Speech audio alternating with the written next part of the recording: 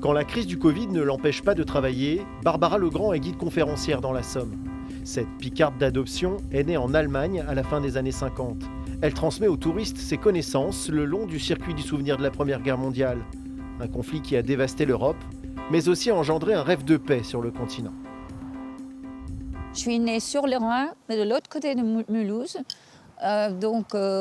au-dessus du pont, côté allemand, ça s'appelle Neuenburg, et puis c'est pas très loin de Bâle en Suisse.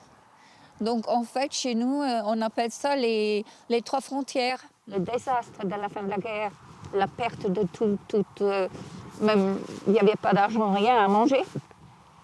Le zéro, table rase et puis recommencer. La construction européenne, moi je l'ai suivie un petit peu à la télé parce que j'étais derrière mon grand-père assise à suivre ça au jour le jour et puis semaine après semaine. Je pense que c'était quelque chose de très important pour redémarrer l'économie côté allemand. On ne peut pas comprendre qu'il puisse avoir un projet européen sans la Première Guerre mondiale. Pour moi, c'est le début, c'est le zéro où tout commence.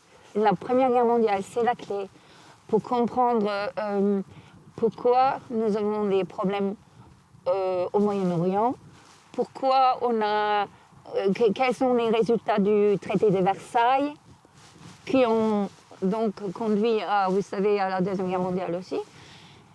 Pour moi, la Première Guerre mondiale, si on ne s'intéresse pas à la Première Guerre mondiale, je le dis toujours à tout le monde, y inclus mes clients, c'est qu'on ne peut pas comprendre la géopolitique d'aujourd'hui.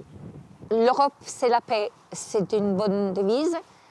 Si on y inclut aussi la paix, ça veut dire être prospère partout. Ça aussi, c'est la paix. Être prospère, gagner son argent grâce à l'Europe, avec l'Europe, et pas contre l'Europe.